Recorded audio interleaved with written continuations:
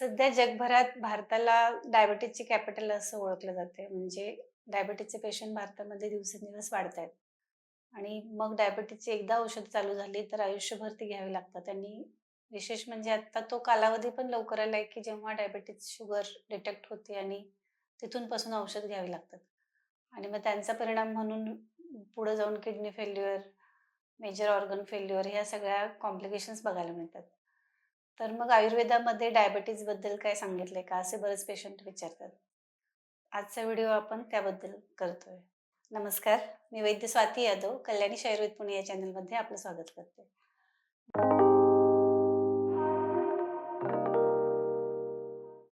Diabetes हे एक lifestyle disorder म्हणून ओळखले जाते. म्हणजे जेव्हा तुमची दिनचर्येमध्ये फरक पडतोय किंवा तुम्ही जे काही खाताय ते शरीर कसं पचवतंय किंवा जेवढ्या प्रमाणात खाताय तेवढं शरीराला लागणार आहे की नाही, त्याच्या अकॉर्डिंगली तुमच्या शरीराची हालचाल होते की नाही, या सगळ्या गोष्टीवरती डिपेंड आहे की तुमची ब्लड शुगर लेवल किती असू शकते. बऱ्याचदा जेवढं आपण खात असतोय तेवढं आपल्या शरीराला गरजच नसते किंवा मोबाईलच बघत बसतोय म्हणा. त्यानंतर एसीमध्येच बसून कारमध्ये बसून जातोय कुठल्या तुमच्या वर्किंग प्लेसवर आणि तिथं बसून जाऊन पुन्हा 8 ते 10 तास बसण्यात येते. असं जेव्हा होतंय तेव्हा शरीराला हालचाल फारशी होत नाही.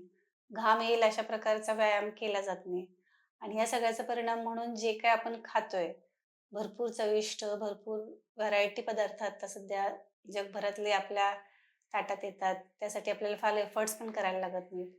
त्यामुळं खाण्याचं प्रमाण जास्त आहे आणि ते पचवण्यासाठी करण्याचा प्रयत्न जो शरीराला करायला पाहिजे, त्याचं प्रमाण कमी झाले आणि म्हणूनच हा आजार निर्माण होतोय. बेसिकली आयुर्वेदामध्ये प्रमेह नावाची एक सिमिलर आजार सांगितलाय.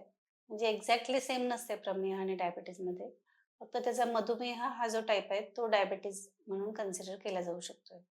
प्रमेहामध्ये मूत्रप्रवृत्ती वारंवार होणं हे बेसिक लक्षण सांगितलंय. त्याच्यामध्ये मग नॉर्मल माणसाला समजेल असं की शरीरात चिखलासारखी अवस्था होते.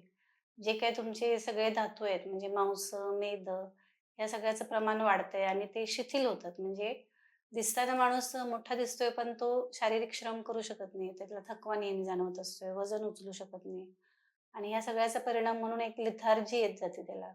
दिवसभर झोपून बसायला वाटतंय. प्रमेहाविषयी आयुर्वेदात सांगितलंय, की ज्या माणसाला आपण उभारलेलं असताना लगेच बसावसं वाटतंय, बसलं असताना झोपावसं वाटतंय आणि झोपलं असताना पूर्ण पांघरूण घेऊनच झोपावसं वाटतंय. असं ज्या माणसाला होत असेल, त्यांनी जाणून घ्यायचं, की भविष्यात आपल्याला प्रमेह होणार आहे. त्यामुळं नेहमी माणसानं ॲक्टिव्ह राहण्याचा प्रयत्न केला पाहिजे. आयुर्वेदामध्ये बरेच पेशंट विचारायला येतात, की तुमच्याकडे याच्यावरती काय उपाय आहे का? तर बेसिकली सुरुवात जेव्हा झालेली असते डायबिटीजची, त्याच्या पहिल्या वर्षामध्ये जर आपण प्रयत्न केला, तर 100% डायबेटिक रिव्हर्सल होऊ शकते. असं मी कित्येक पेशंटना ट्रीटमेंट दिलेली आहे. त्याच्यामध्ये बेसिकली आम्ही वमन विरेचनसारखे शरीरशुद्धी गोष्टी पहिले करतोय. कारण भरपूर दोषसंचित झाल्याशिवाय हा आजार होतच नसतो आणि त्याच्यामध्ये त्रिदोषांचं इन्व्हॉल्वमेंट असते. त्यामुळं शोधन हे मेजर लेव्हलवरती पहिले करायला लागतंय आणि त्यानंतर मग पुढची सगळी ट्रीटमेंट करता येते.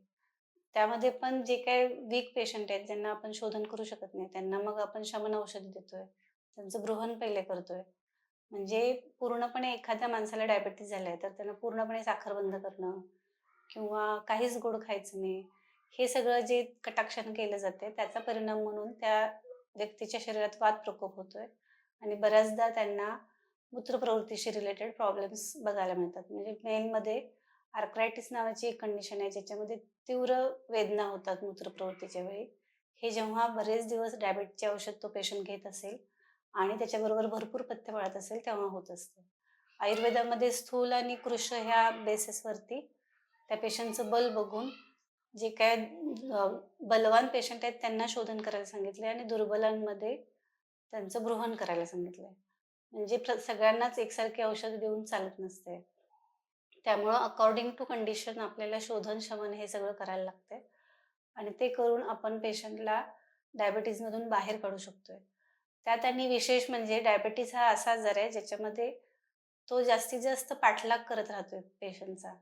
म्हणजे एकदा तुम्हाला शुगर लेव्हल कंट्रोल झाली आणि त्यानंतर तुम्ही काहीही करत राहिला तर तसं चालत नसते. त्याच्यानंतर तुम्हाला व्यायाम, आहार हे नियमित त्या गोष्टी करायला लागतात. नाहीतर परत तुम्हाला त्याचा दुष्परिणाम होऊ शकतोय. म्हणजे थोडक्यात काय, एखादा मनुष्य आळशी झाला, तर त्याला डायबिटीज सारखा आजार होणार आणि तो जितका ॲक्टिव्ह राहील, तेवढा तो त्याच्यापासून लांब राहणार. त्यामुळं सध्या जे काही सगळं बिघडलंय, म्हणजे दिनचर्या बिघडली आहे. रात्री वेळेवर झोपायचं नाही, सकाळी लवकर उठायचं नाही. शिवाय काहीही खायचं, कधीही खायचं, कितीही प्रमाणात खायचं. या सगळ्याचा परिणाम म्हणून आपलं हेल्थ बिघडते आणि त्याच्यातला महत्त्वाचा आजार आहे डायबिटीज. त्यामुळं प्रत्येकाने या गोष्टीवर विचार करण्याची गरज आहे, की आज मला जर डायबिटीज नसेल झाला, तर भविष्यात होऊ नये म्हणून मी काय करू शकतोय? आणि त्याच्यासाठी तुम्ही जवळच्या वैद्याला भेटून तुमच्या शरीराच्या अकॉर्डिंगली आत्तापासूनच शोधन करू शकताय. म्हणजे जर मी 30शीत असताना चालू केलं, तर मला 40शीत जाऊन डायबिटीज होणार नाही, हे नक्की शुअर.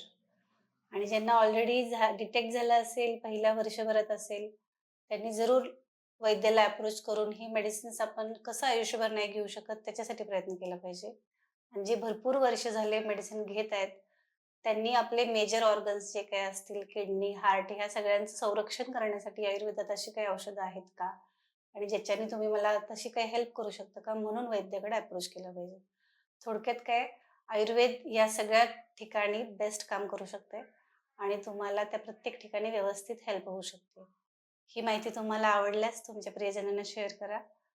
आमच्या चॅनलला सबस्क्राईब करा. असाच असाच माहितीपूर्ण व्हिडिओ पुन्हा घेऊन येईपर्यंत धन्यवाद.